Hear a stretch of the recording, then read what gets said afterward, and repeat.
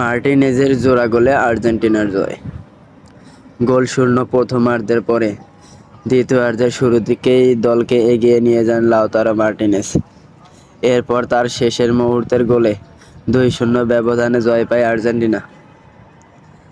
3 ম্যাচে পূর্ণ 9 পয়েন্ট নিয়ে গ্রুপ চ্যাম্পিয়ন হয়েছিল লিওনেল মেসির দল। নিষেধাজ্ঞার কবলে ছিলেন দলের কোচ স্কালোনি।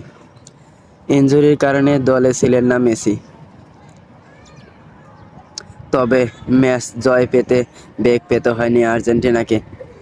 টানা 3 ম্যাচে গোল করে একদিন আরেক রেকর্ডের নাম বসালেন লাউতারো মার্টিনেজ। 2001 সালের পর থেকে কোপা আমেরিকায় গ্রুপ পর্বে 3 ম্যাচেই গোল করার রেকর্ড ছিল না কোনো খেলোয়াড়ের। 23 বছর পর সেই কৃতিত্ব গড়লেন আর্জেন্টাইন এই স্ট্রাইকার। 4 গোল করে আসরের সর্বোচ্চ গোল